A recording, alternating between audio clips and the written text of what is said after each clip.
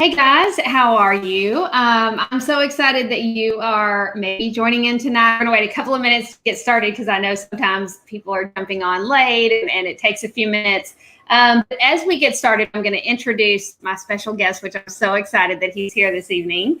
I want to remind you guys that you can always find the webinars in one place. And so I do these every Monday.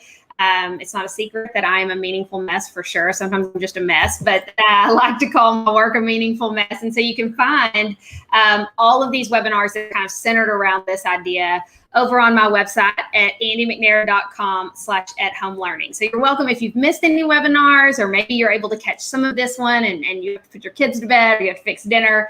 You can always go find them there. And this webinar will be there as well. So andymcnair.com/at-home-learning. I always like to say in the beginning, that's definitely something you want to check out.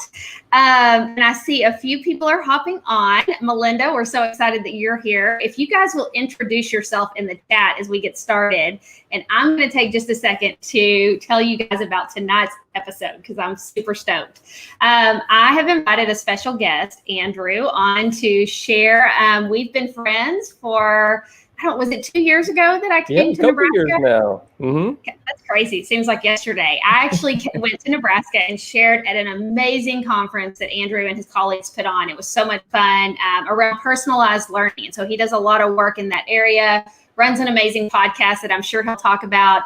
But we're going to be talking about tonight really that purposeful planning aspect of, we know there are so many things that are unknown moving forward, but what does it look like to kind of start planning and thinking through some of this? So as I kind of settle in and get rid of some of the nerves that I always have every Monday, I'm going to give Andrew just a second to introduce himself, tell us all about you, what you do, and kind of what your message is going to include tonight.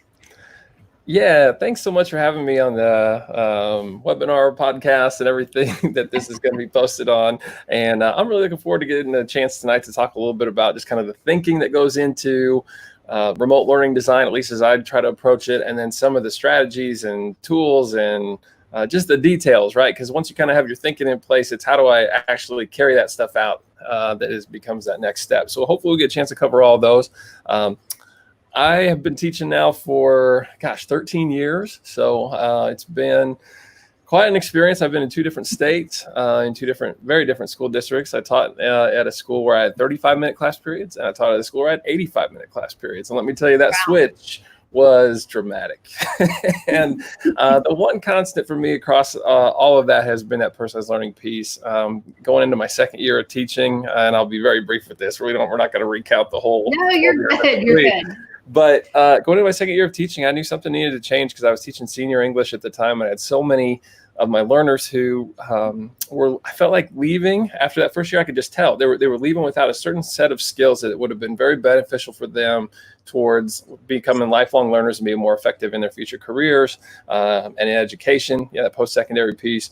And so just really tried to make some modifications, adjustments to empower learners, to give them the opportunity to understand themselves and their learning preferences a little bit better. And through, just a lot of experimentation, I guess, sort of built practices that evolved over time. And about 10 years after that, I was in a different district and we started doing some personalized learning. And I've spent the last 3 years as a personalized learning collaborator and coach. So got a chance to think about the work I had done, but in everyone else's context, K-12 for 3 years. And actually recently accepted a position as a digital learning coordinator for the ESUs, our ESU statewide here in Nebraska. And so kind of advocating for education on a little bit larger scale here as of late. But I mean, who doesn't want to change jobs in the middle of a pandemic? Right? Nothing stressful about that. So happy to talk shop today, though. This is what I really am most passionate about, is really getting into how do we do this? So. Mm-hmm. I love that. And I'm so glad you're here. And I think it's very cool. Every time we chat, we're always talking shop, but I think it's because we're so passionate about the work. And that's one of the things that I really enjoy every time we have a conversation. It's just that passion that you have. And, like you talked about it, when you had to do something new or you decided to try some new things, it really required kind of that willingness, that risk taking to kind of step out and do something different. And I think that's a lot of what we're going to talk about tonight. Is some of the things that we're going to talk about may be things that you guys have heard of, you've thought about, but you just haven't gone on and actually made it happen. And I'm telling you guys, if you're ever going to do it, now is the time, right? Like, we have a huge opportunity right now to create real change and do some amazing things in education. So as we kind of get started, we wanted to talk a little bit about lesson design, because I know I've talked about that a little bit each week, about what it can look like to design experiences and how we can do that in a way that makes sense and that is not only manageable, but that is also meaningful for our learners. And so will you share just a little bit kind of your thoughts around experience design or lesson design, and what that can look like? And then we'll kind of dive into how to purposefully plan those experiences. Yeah, I've talked with a number of teachers since March 12th here, at least in Nebraska, when things moved to the remote or distance learning, whatever you want to refer to that. And it for a number of people, it seems like they really feel like they need to think differently, approach it differently, and shift everything that they've done into a context that they're not comfortable or familiar with. And on some level, that is true, right? Moving just digitally, if that's not really been a place that you've had your class exist very much before. But I would encourage you to continue to try to think about the things that have made you as a educator effective, and try to bring those things with you, right? It's just going to maybe look a little bit different. And so as we start our conversation tonight, I wanted to just kind of lay the foundation, as Andy was saying, for when I approach lesson design at school. I first off start off by saying, okay, what is it what unit is this going to be? Is it the next one that I'm working on? Is it multiple units in? I think right now, most of us are probably looking at that very first experience when we get back in the fall. And having identified that, then look at your standards, look at your indicators, and say what absolutely has to get done. And I know in the spring there was the phrase curriculum triage, which is not what I'm really excited about necessarily, but I heard people phrase it that way, where they were saying, hey, I just need to take this bare bones minimum and make sure that we're accomplishing these things. And I just think that's good practice to at least acknowledge that on the front end, what you're going to get done. And the way I like to phrase this is you want to think about it as being like load-bearing walls, right? Those are the pillars of what we're going to accomplish, but you can kind of innovate and design around those pieces in your space. And I think that that's important. And so kind of once that's all established, when you start to think about that nuance, I think it gets to this place where you think about connection, or at least that's for me at the secondary level, where I want to make this real, I want to make this meaningful, because if you don't see an applicability to what's going on, then I'm not really sure that you're going to want to be that invested in it. And I hate to say that that's even over relationships, but I think relationships are integrated within that. So once you have a purpose, my ability to be there for you as an educator, and encourage you and support you and bring the resources around that, is what fosters that connection. And so I'm not putting things above relationship, but I'm laying the foundation, or I'll say groundwork, from which that will grow. So you can think about it that way. I love that. I wanted to say, Andy, I'm getting on a roll here, friend. No, you're good. I love that. I just wanted to say how important I think connections are. I just want to kind of echo that, because those connections, without them, really the learning, and you said that it's not meaningful, and that willingness to invest oftentimes comes through those connections that they're able to make. So I absolutely love that. I didn't mean to interrupt you, but it's very cool, because we talk about that all the time on this podcast and on our Facebook Lives. We always talk about that willingness to invest, in those connections play right into that. Yeah, absolutely. And that relationship piece too, it comes from being a good listener, and it comes from responding when people share something. And so I don't always think that has to lead. I do think that you kind of set the foundation, again, like we were saying, for that. And so, and to give some examples, I think there's different ways to make those kind of connections. I like being practical about things. And so as an English teacher, a theme, wow, that's a really easy opportunity for me to make connections, because theme's a life lesson, and gosh, you can tie that to just about anything. And so that is a concept, and the benefit of learning life lessons and being able to pick those out from the experiences that you're going through. It makes me want to get back in the classroom and advocate for that right now. Like, that's an easy thing that I think to draw from. You might say something like, well, writing, for example. A lot of students hate writing. They do not want to spend the time it takes to do that. It's really difficult. And so asking them to connect to that in ways that, hey, you understand you're developing a skill that might make it possible for you to step into spaces that you would otherwise be excluded from if you don't have that ability. And I have a long story of all the places in my life where I got the opportunity because I was able to write, that it opened doors for me. And so that's, I'm going to connect that way. It doesn't necessarily have to be that writing has a lesson to it, like just glean that, versus research, for example, would be another one. Students all the time, not only is writing rough, but then the research for writing makes it even more, it's just drudgery. So I don't feel that way, but I see it on kids' faces sometimes. And so even with something like research, talking to them about what it means. I used to do this really cheesy thing where there was a time where I decided when I had like a single bachelor's apartment, townhome. And so I had a little plot of grass. It was about 20 feet by 10 feet in the backyard. And I went out there every day over the summer and I watered my lawn, which was nothing. Took care of it. Yes. And, but you know what? It was so funny. I got to about this time of the summer and I walked to my neighbor's house and I came back and I looked at my lawn and it was beautiful, green, lush. Everything was just pristine about it. Everything else was dead. And I took a picture of that and I show it every year in class around research time and say, it is amazing if you get 15 minutes worth of time, intentionality, right? Like to something, you can breathe life into something that would otherwise die without it. And I that kind of thing, right? So I'm not asking for your whole day. I'm asking for 15 minutes about getting better at research, right? Be connected, understand that this is fostering a skill within you. And I think that stuff matters. So connections, what do you got as far as, because I'd like to kind of hear the elementary perspective too, as I keep dropping the secondary. Yeah, no, I think it's the same idea, right? I think so often it's important to understand that so much of what works in secondary will work in elementary, and so much of what works in elementary will work in secondary. And I think that connection piece, and I like the idea of keeping it simple, right? Like the whole, I'm just asking you for 15 minutes. That's also being realistic. And I think those are two things that we're going to have to do right now is we're going to have to simplify learning. And we're also going to have to be super realistic about what we're asking our learners to do, regardless of what happens moving forward. That whole idea of being realistic of what we're expecting of them. You and I were talking about that before we hit go live, is just that, every situation is different right now. So to expect to be able to put out one assignment and it to be done in the same way is just not realistic. So I was really, when you were talking about that 15 minutes, I was thinking that fits right into that idea of being realistic as we're asking them to make those connections. So yeah. So what else after the connections? And so from there, I don't know, kind of leading them to make those kind of connections for themselves, right? And so I think that last example there is hopefully indicative of that I'm just talking to you about lawn care.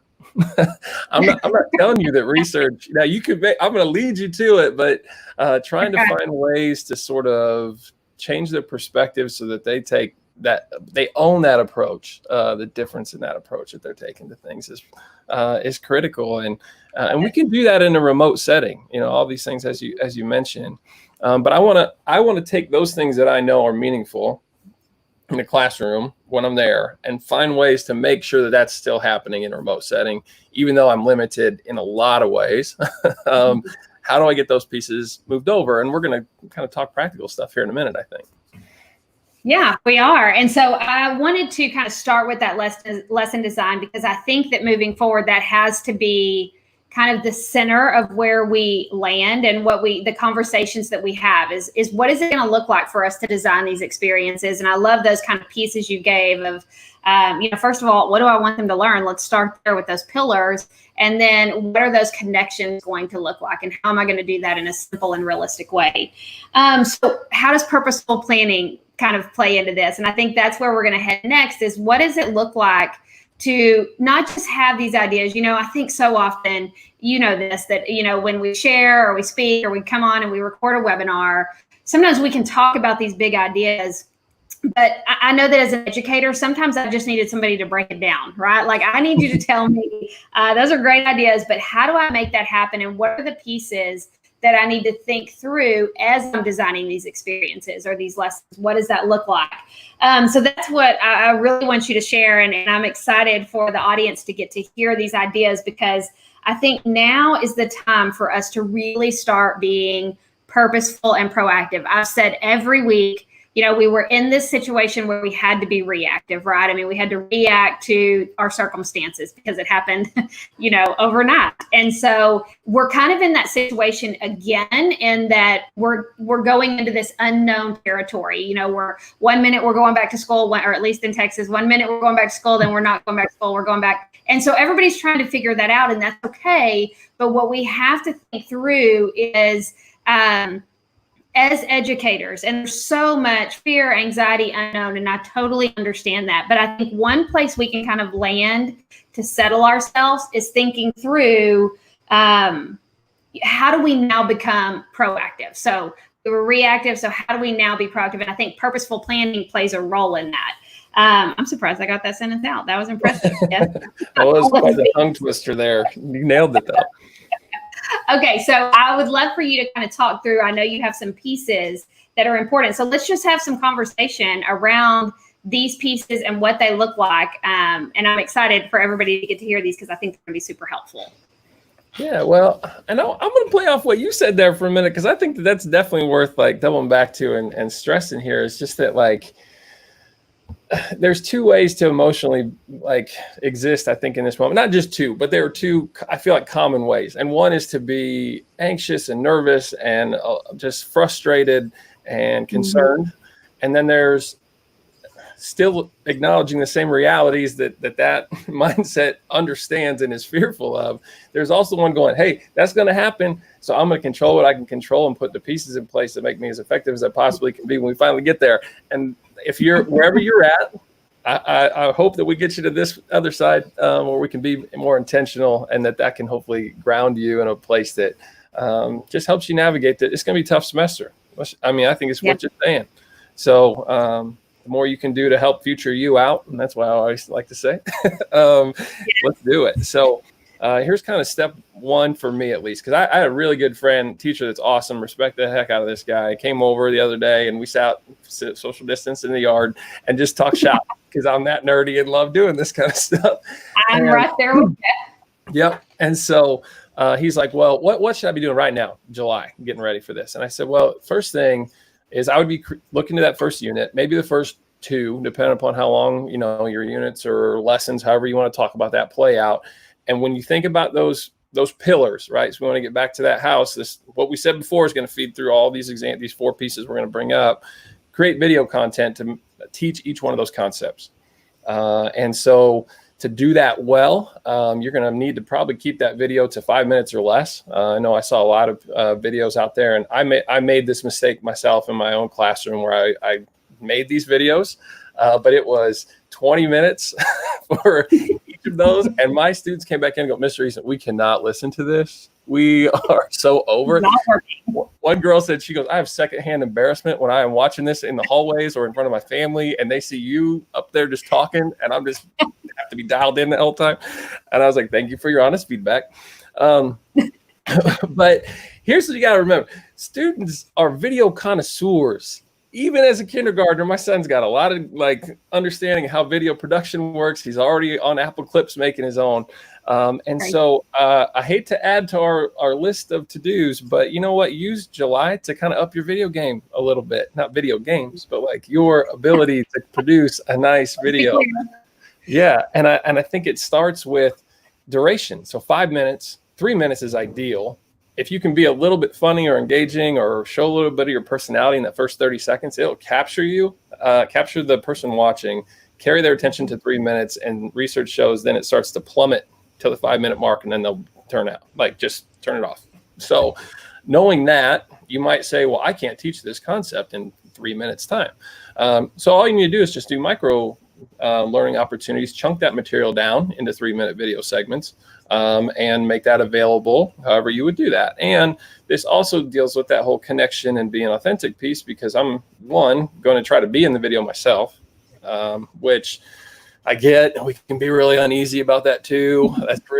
We all get self-conscious about it. But research has shown, this is really cool, that if it's a screencast, students appreciate that. If it's your voice and there's somebody they know, engagement goes up. If they see a person in there, even if it's not someone they know, engagement goes up from the voice, just voiceover. If they know the person, engagement is even higher. And if it's a peer, that's like paramount. So I think that's interesting to think about in terms of your need to be a face in there and what that does to create, to model creativity, to model your willingness to be engaged and to reach out, and for you to show your personality in there a little bit too. So there's a couple ideas. I'd use a script. That'd be the other piece that's worth bringing up.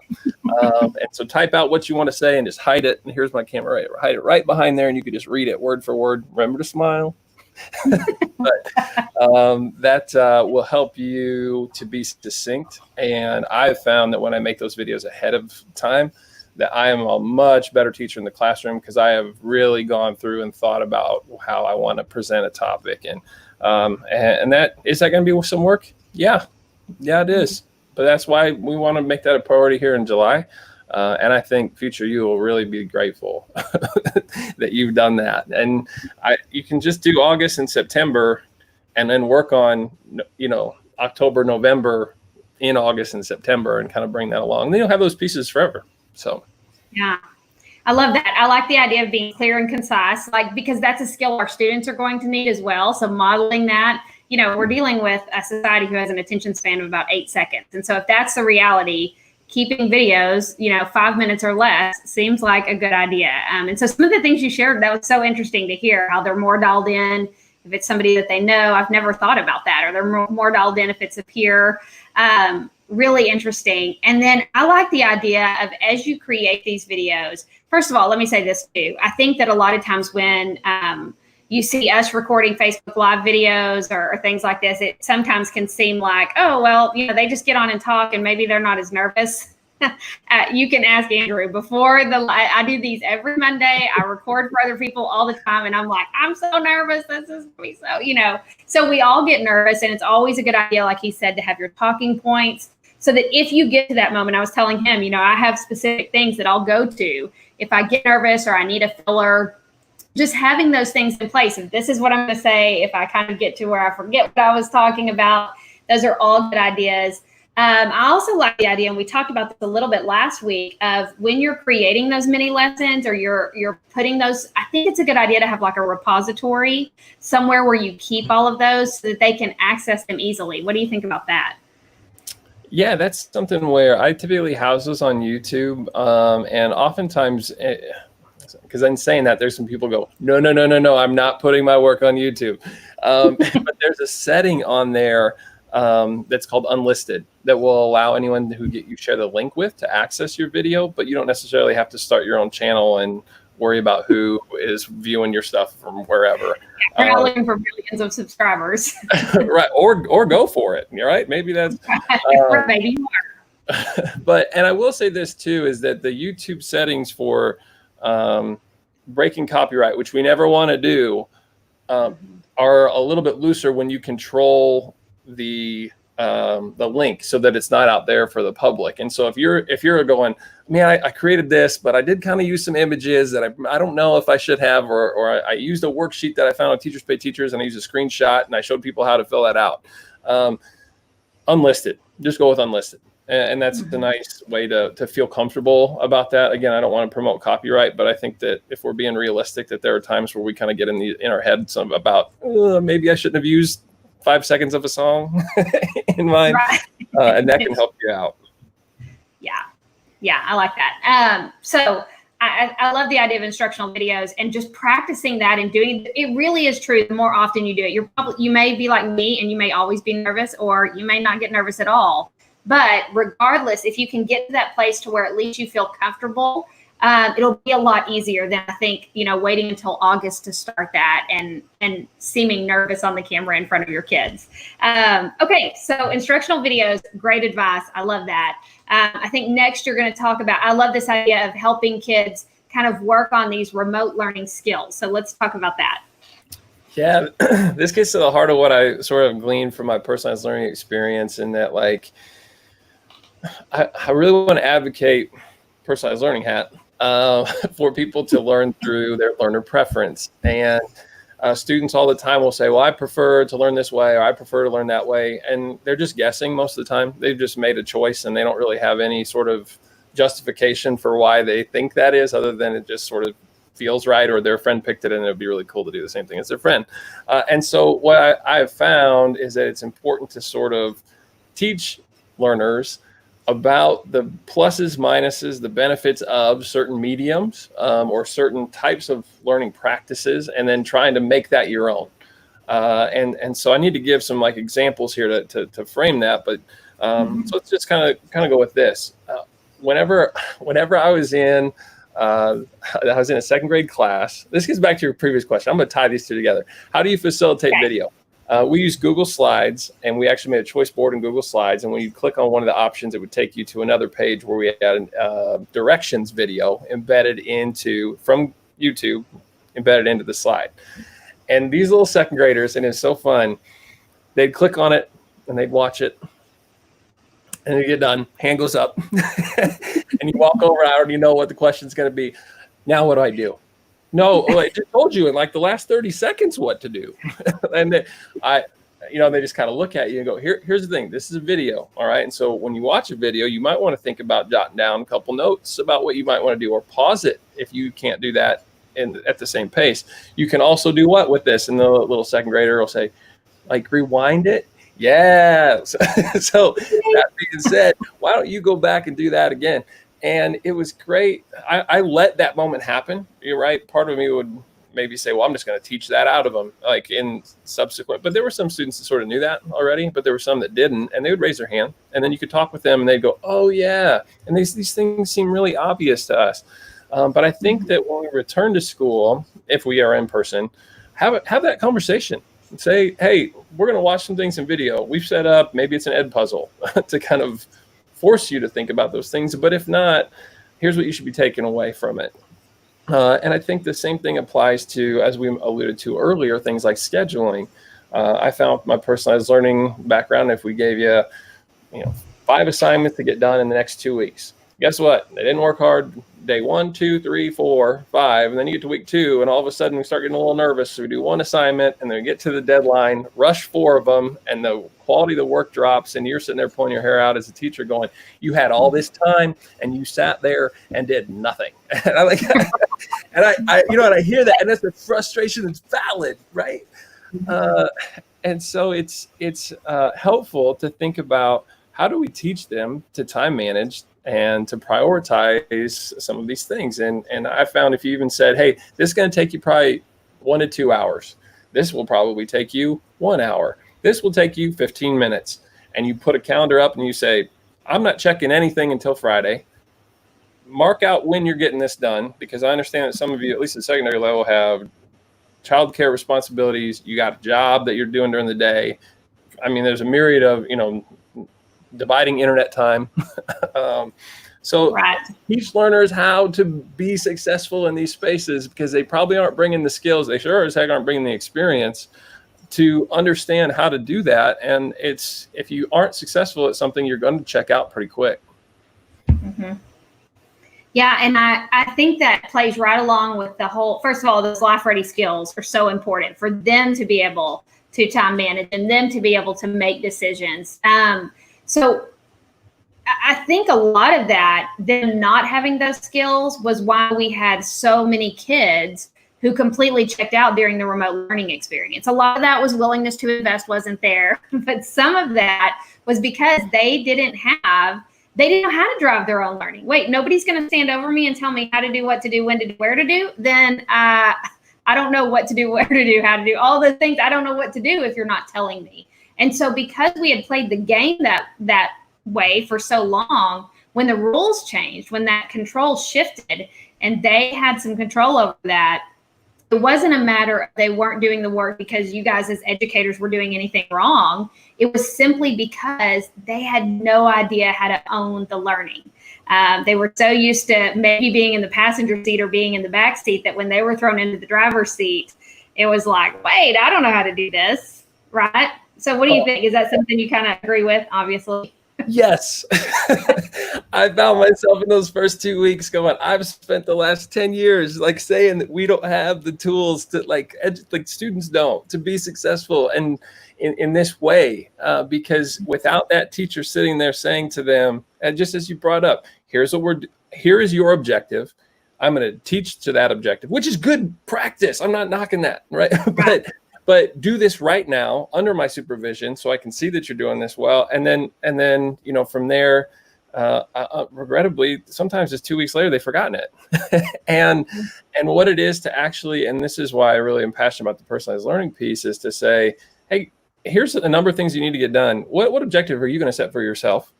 Why? How much of that can you actually get done in the time that you have? If you don't get finished, what happens?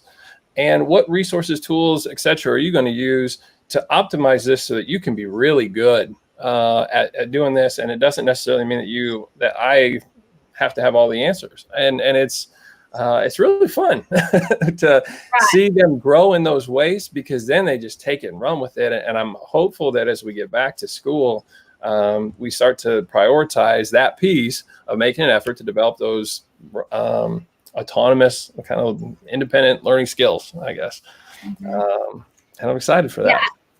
I think that's one of those opportunities that we can see, that this was an opportunity to see that we haven't as an educational community system, whatever you want to call it, we have not given our kids that opportunity as a whole. There are pockets where that runs like a machine and kids were able to go and do, and I realize that, but there were a lot of kids out there during this experience that had no idea what to do when somebody wasn't there to actually walk them through step by step what was expected. And I think that was kind of an aha moment.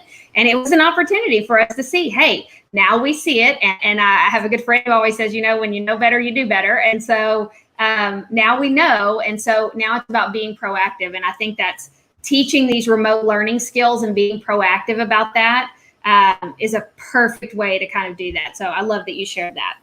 All right, number 3. I'm not going to say it. I'm going to let you.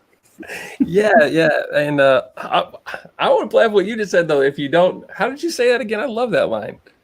Well, it's not my line, and I can't remember who said it. Are you talking about the when you know better, you do better? Yes, that is so true. That is so true. I really like that a lot. It is. That's worth thinking about. I certainly, as I get passionate talking about this stuff, I hope no one takes it as any sort of criticism, other than I get really fired up and excited about thinking through the ways in which we're going to be able to better support learners and continue to grow. And once we get that figured out, we'll be on to something else. And so that's great. Yeah. And I think, I think when we're sharing like this, it's important to always say, like, nobody is suggesting that what you did during the remote learning experience, I say to the audience every week, it was enough, because there were no best practices in place. I say that all the time for remote learning during a pandemic. So we didn't know, but now there are things that we do know. We're still learning, but there are things that we know that we can move forward and realize, oh, wait, this is something that we need to have in place now. And it's okay that we didn't know that before. And regardless of what you did before, it doesn't matter. Now it's just about taking that and doing something with it moving forward. Yeah, and I think that this podcast is happening now because we want to have this conversation in July, because before we were having this conversation on a Friday and a Saturday when this was going to happen on Monday. Right. And that's tough. And then once you get in the rhythm of things, it's hard to get caught up, and so I think we felt a lot of that too, because we're just trying to stay 1 or 2 days ahead. So that being said, thinking about moving into the fall with some kind of different tools in the toolbox, I really would advocate that we start to think about because we're trying to get in that space, but engagement. And I think affording learners options is certainly a way to do that. And options can look like choice. I do think that choice is a great piece for engagement. And so trying to think through, is that in the way that they show what they know, or is that in the options they have for learning? Like, I know that there are some students that asked, hey, thanks for the video, but I would prefer to read about it. And so can I have a script? And that's what's nice about building that script is that then you have options. I already have word for word what I'm going to say in one format in another one.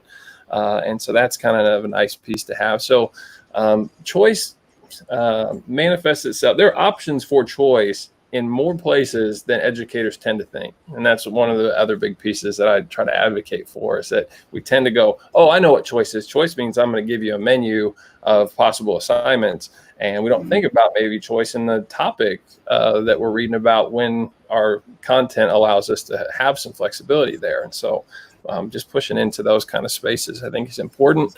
And I say options here, though, instead of choice, because I do think that trying to balance some online and offline is a really cool thing to try to work through as well. I don't know, Andy, do you have any thoughts about that online, offline, or examples that you saw maybe going back to this? Yeah, that's a tricky conversation, because it's so hard to imagine so much of what we do not being digital, right? Like, what does that even look like if they don't have access? But I'm advocating right now for whatever experience you design, a kid should not be punished, or that experience should not be less of an experience because they don't have access or because they're not able to get online. Like, we really have to get creative and think through, what does this look like for a kid who doesn't have access? Last week we were talking about how, I may have kids go watch a YouTube playlist to learn some things about a hurricane. Well, if they don't have access to YouTube, or they can't borrow somebody's phone, or they can't get to the computer, maybe those kids actually call a meteorologist, right? Down in Galveston, or they call we just have to think outside of it doesn't always have to be a packet. Not online doesn't mean that it has to be paper. There are times that that's appropriate, and that's totally fine, but we can do better than that. We can really start to think about, hey, I always say an experience is something that leaves an impression. So how do I still do this in a way that's going to leave an impression on them, and it's still just as meaningful, even if they don't have access or they're not able to get online? So that's my big thing there. I just think that's it drives me crazy for a kid to, have to do a word find or a crossword puzzle just because they don't have access to the internet. We can do better. And it's about being really thoughtful and creative about what that looks like, I think, which I realize is a challenge for sure, but I think we can get there for sure too. Yeah, and one thing I found in talking with teachers through this kind of thinking, particularly in this whole remote setting, is that people have said, well, I can't guarantee and this makes sense, what materials that learner has at home to do whatever it is that you might creatively dream up. And it's tough, because you can almost throw a roadblock up for anything that you might brainstorm, which is where I think that choice piece comes back in. So you say, okay, well, you could do this digitally, or if you have one of the science lessons that we did early on was to understand how hand sanitizer and those things deflect like germs. And yes. I'm going to botch this example, but there was a couple things we had at home, and we put hand sanitizer or oil on our hands and dipped it into this water. And it was crazy to watch the little pepper flakes we put in there just run away from your hand. And now you might not be able to guarantee that there's water and pepper flakes and hand sanitizer. I would think in most places there is, but then make it an option. Just make a couple of options that all get to that same standard and indicator. And so we want to make sure, again, that those load-bearing walls are being respected, but you can give people options to kind of move into different spaces that still have those same pieces in there. And if you're going to let students create their own, which is another thing, just support that too. And there'll be people that say, well, I give students choice because I let them do whatever they want. And then like the two kids that already had all the like creativity in the world, it was amazing. They got to run with it. But the whole rest of the room who do not have a process for being creative. I know this, I'm getting your lane now. I need to just let you talk through that. But no, it's such a good point. Those are all great points. I could not agree more. Yeah. I just want to say, preach every time you go that way, because it's so true. I mean, it's those are all things that we have to consider, and we have to that just plays into the whole thing we started with this evening, right? Every kid is different. Every kid is in a different, and now I'm in your lane, right? Talking about personalized learning. That's why that's so important, because everybody's situation is so different, and our kids all learn so differently. And we can look at that through a couple of different lenses. I think we can look at it through a lens and be super overwhelmed by that. Like, oh my gosh, all of our kids learn differently. Or we can go, oh my gosh, all of our kids learn differently. And so that means that we have an opportunity to not only see them for who they are, but to actually teach in a way that I think that so many of us as educators have wanted to teach all along. Right now, those doors have kind of been blown wide open. And now we have this opportunity to take the risks and do the things that we've known that we should have been doing. It was just hard to kind of find the green light or to find the time and the resources to make it happen. And now I think we kind of have some of those things. We have a little more flexibility and freedom in what things look like moving forward, and can kind of start to see what this, I don't know. Does that make sense? Yeah, that totally does. And I love, it's been really fun through the duration of this conversation. I'm guessing people listening have picked up on this too, that when you believe and practice what you preach, right, it all ties together. There's a fidelity between why I'm doing this and what it looks like when it actually comes out in practice, because those objectives are clear. Like you've established, like we're here to make connections. We're here to like allow learners to kind of foster that in their own way and to be individuals and leverage everything they have at their disposal to learn and be creative. And yeah. Like, I love it. We really are nerds. We're like, oh my gosh, we're so excited. So true though. So on that creative note, you like that segue? I think that's pretty good. We're talk games a little bit. Let's do it. So I've loved games and trying to come up with my own games for a really long time. I was actually leading a session the other day, and they're like, when did you start loving games? And we used to even do for cross-country practice, we'd make up running games where we like this Lord of the Ring narrative, and people we're kind of running all over for cross-country practice when I was in high school. And so it's always fun to be in a game and to be in a story. And what I've found or learned through my time in kind of understanding what it looks like to kind of have games and learning come together is that there's a lot of work out there to try to identify gamer types.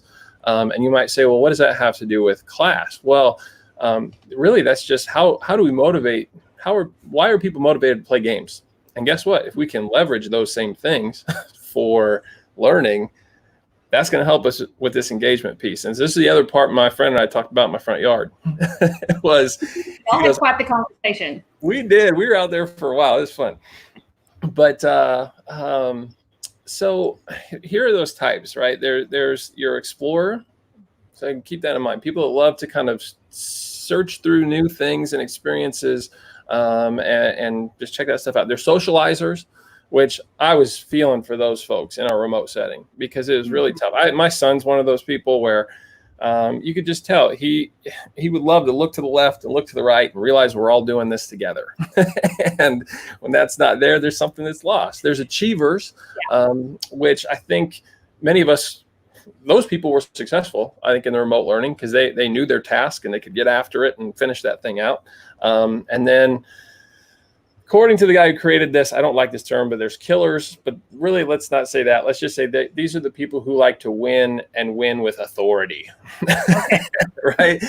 Those are your people who come in and dispute the A- or the A when they deserved an A+, right? Because it's all about and so keeping all of those in mind, because we're not necessarily wired for one of those in particular. We tend to kind of oscillate between a few of them with a preference for probably two.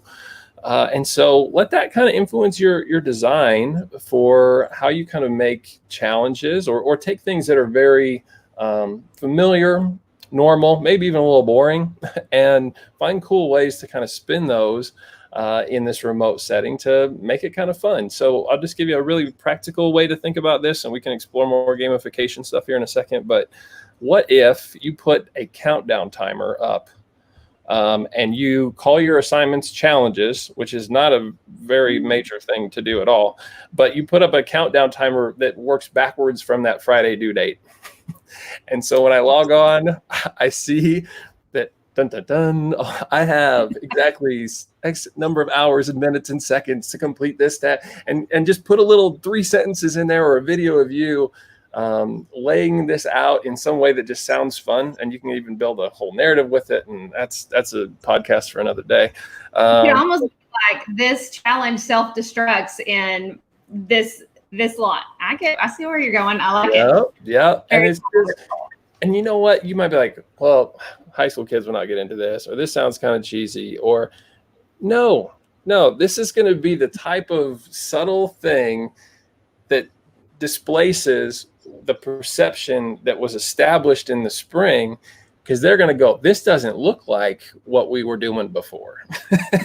and it's not necessarily this huge retooling of things. And my friend that, as we were sitting out in the yard talking, he does a lot of projects. So he does like a media production class. And we started to talk about points, and you can get lost in that. You can do experience points and badges, and it just gets like, that overwhelms me sometimes. Yeah. And I told him, well, what if you just did for your major assignments, you gave out just first, second, and third, and you get but like dollars, like bucks, like made up money from the class.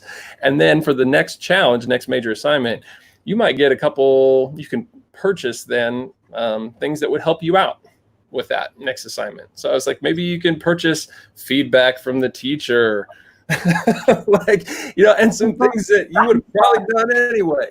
Right. Or extend the due date by, 1 day or a couple hours, or things that aren't necessarily going to make it unfair, but it sort of adds this element of like, oh, I got something out of this. And power up cards and things like that are really fun. I try to do a lot of that in the classroom, and you could certainly do that in a remote setting and just make a digital card or badge out of it.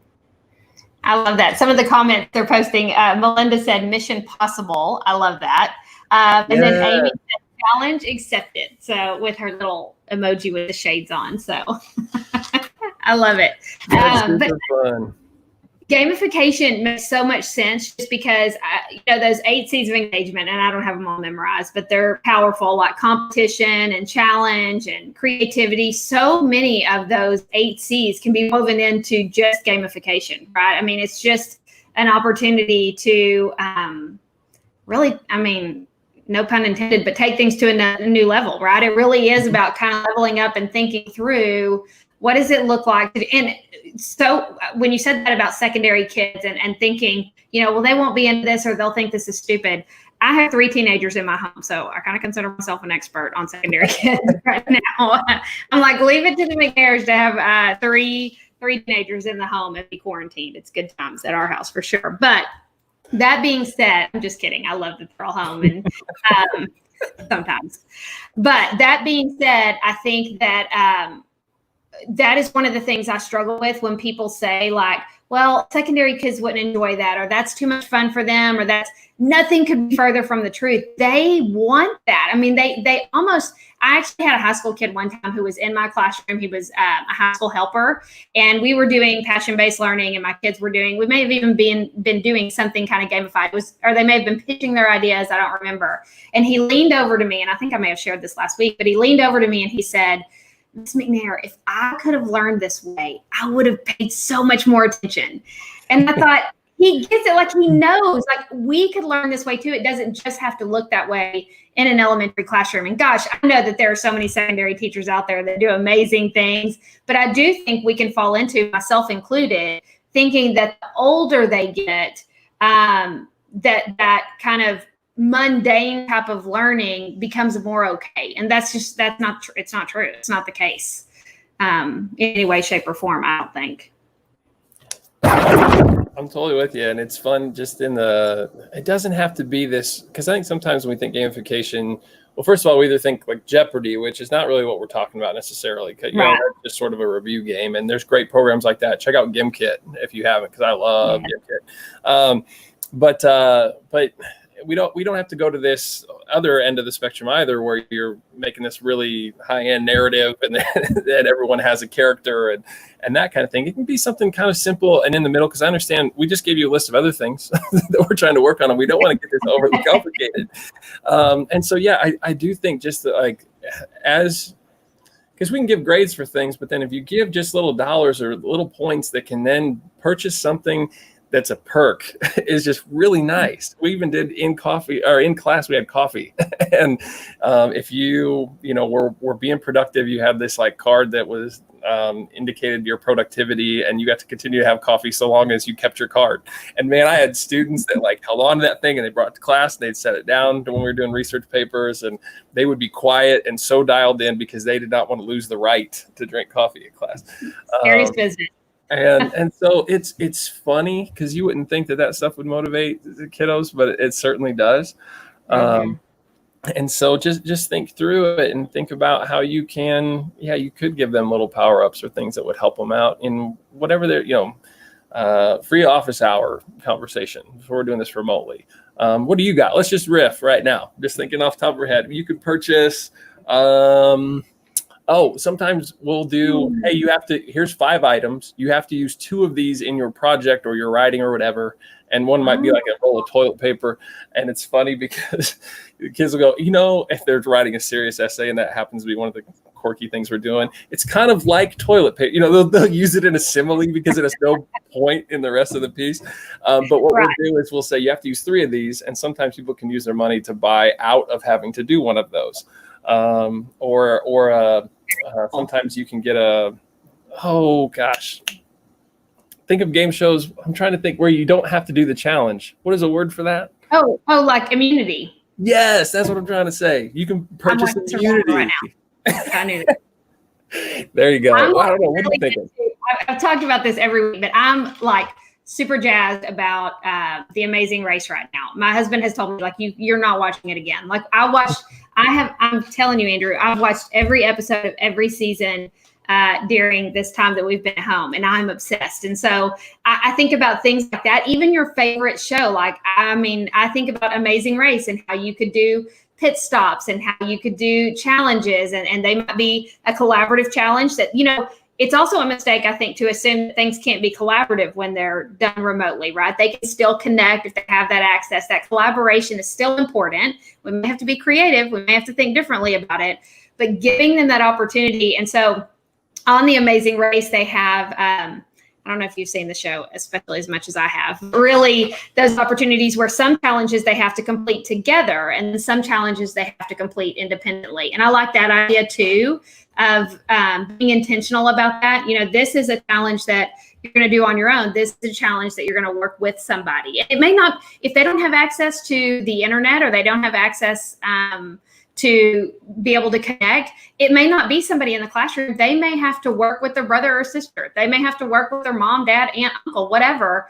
Collaboration is collaboration is collaboration. Just give them the opportunity to do it regardless of who they have access to. Does that make sense? And I'm glad you bring up Amazing Race, or at least this is worth doing too at this point, because people might say, well, how do you build this into a bigger narrative? Take a show like that and then think about all the nuances of that show and build it out. I don't know if you know Tisha Richmond. She's culinary arts. So she with culinary arts, she did this amazing food truck race. So she took that show and she made this whole across the country initiative where when they go to different parts of the country, they have to make meals specific to that region. And there were challenges and so that's we did earlier, like Jeopardy's at one end of the spectrum and then those kind of things are kind of at the other. And so if that's not really, if you get crazy in July here and want to go all in on something like that, so be it. But even finding little ways to embed this, that gamification piece would be cool. I'm really big on game-based learning. I'll just throw that out there in a regular time. And those things are different. And so if you're getting into games in learning, it's important to sort of understand the difference between those. There's alternate reality games, which is what I'm really all about. But that's an aside, that conversation. I was going to say, we're going to have to do a follow-up here now. But tell me really quickly, just because I know some people are wondering, just a real short definition of what is the difference between game-based learning and gamification? Okay, so gamification is you take what you're learning and you essentially do what we're talking about here. You're going to add badges or XP or money or some sort of thing that is it's not a part of the learning experience. It's just sort of added in there. It's game mechanics being sort of added to this learning piece. Game-based learning is where the learning itself is happening and while you're playing the game. So let's say that you're in like an economics class, and they might give you X number of dollars and we're going to invest in the stock market and do this whole pretend thing that actually, while you're playing the game, you are learning what it is to have to invest in the stock market. And so there's ways of doing that. And now there can be, this is what's a little tricky about it. You can have game mechanics and gamification within a game-based learning experience. So that's a little confusing, but hopefully I like tease those two out. And then an alternate reality game is one, and that's what I love doing, that kind of thing, where you try to take your experience in the classroom and make it feel like you're not at school anymore. And you try to leverage as many different modalities and social media and all these things to kind of create a world where you're actually essentially living out a video game or living out a narrative as you're learning. And so it's like kind of game-based learning on steroids. That's a lot of work. Those are fun though. Those are really cool. Paul Dervasi. We need to do a whole nother episode on that, because I would love to dive into that. And I think so many people are curious about that and what that looks like. So you guys be watching, because that's going to happen again. We're going to do this again and make that happen. Okay, so as we kind of wrap up and kind of close this out, I think, gosh, we've talked about so many pieces, but all of them are so important. So if you remember, we talked about that lesson design, that experience design, and those things that Andrew shared are important. Those, making those connections and knowing what it is that you want them to learn. Those are important pieces.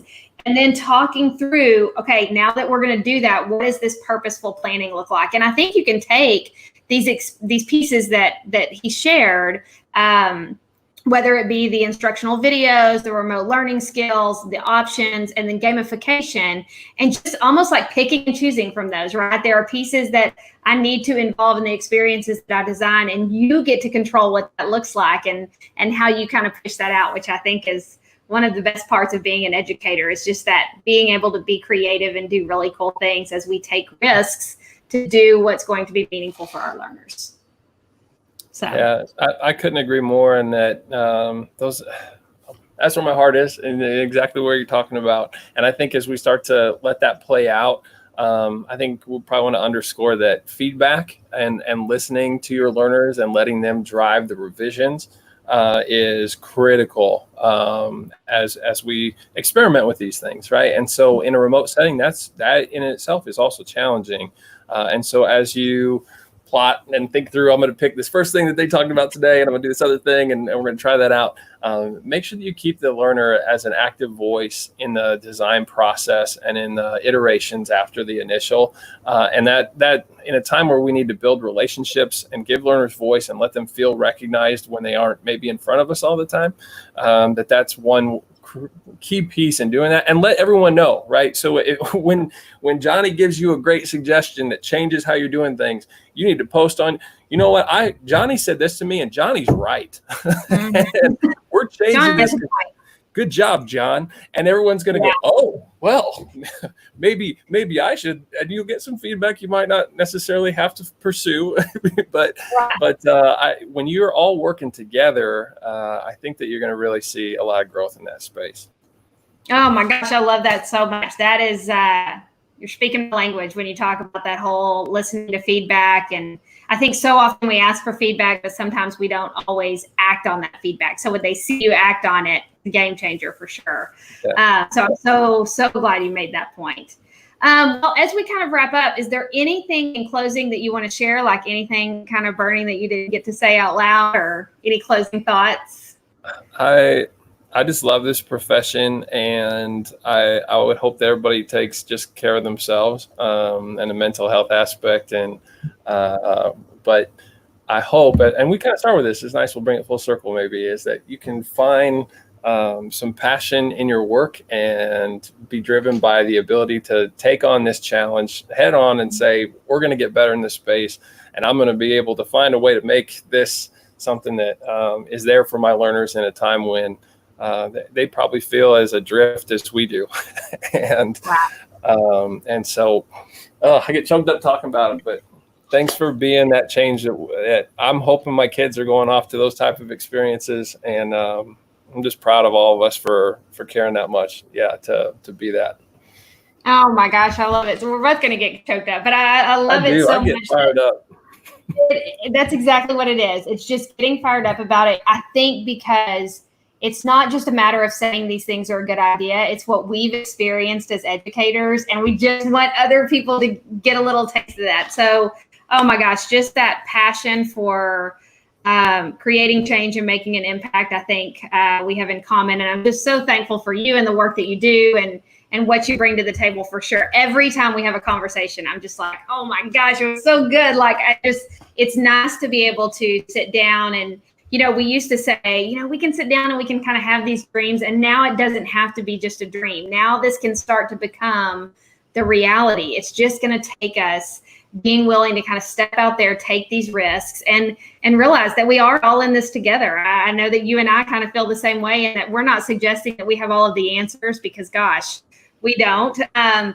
But what we are suggesting is that we're better together, right? That when we all come together and we have these conversations like you and your friend had on the back patio or on the front porch, it's something happens, right? We get excited and we start to move on some of these ideas and thoughts that we have. So I think that whole Joy Kerr says it all the time, we're better together, and we're going to have to come together as an educational community during this time to really do the things that we need to do for our learners moving forward. So thank you so much for being here. I appreciate it. Every time we have a conversation, it's always so amazing. Very, very cool. I'm going to put up your Twitter handle. This is his Twitter handle. You definitely want to follow. He has an amazing podcast. Can you just tell them before we say goodbye, will you let them know how else they can connect if they want to listen to your podcast or anything else? Yeah, if you're interested in personalized learning, so I worked for Westside Community Schools previously, and so we have the Westside Personalized Podcast that has about 70 episodes. Andy and I did one actually together for Westside at one point in time, and so those are still up and are great resources. In my new job with our ESUCC, I started a new podcast called The Good Life EDU. The Good Life is actually Nebraska's state slogan for those of you that aren't familiar with Nebraska, and so it's kind of fun to expand the topics through that podcast. And so Andy and I have also had a conversation there, and in the recent weeks we've talked everything from gamification to learning spaces to coaching, and this week we're actually talking about hand sanitizer, so I'll just leave it at that. But so yeah, would love to have you check that out. I have a blog at andrewdeaston.com, and then through Twitter I'm on there a decent amount. I'm not, but that's probably my primary socials where you can stay connected and reach out. I'm someone who loves to brainstorm with people, and so anytime you want to just kind of need a sounding board, that's really something that I am passionate about, and it's a strength of mine. I like kind of just brainstorming. So let's do that if you're interested. I love that. Well, thank you so much. We appreciate you guys for being here and listening. I know some people kind of hopped on at the end and some people had to hop out. Again, this will be posted over on my website at andymcnair.com. And then I'm also going to record this as a podcast as well. So anybody you want to share this with, they can find it on the Meaningful Mess podcast, or they can find it over on the website, or just find it live on the Facebook page. All right, we appreciate you guys. We appreciate all the work that you're doing as educators. Andrew, we definitely appreciate you being here. I know the Meaningful Mess community has learned so much from you. We're going to do this again to dive into some of that other stuff that we kind of tiptoed into tonight. So that'd be fun. Let's do it. All right, we'll talk to you guys soon. Thanks.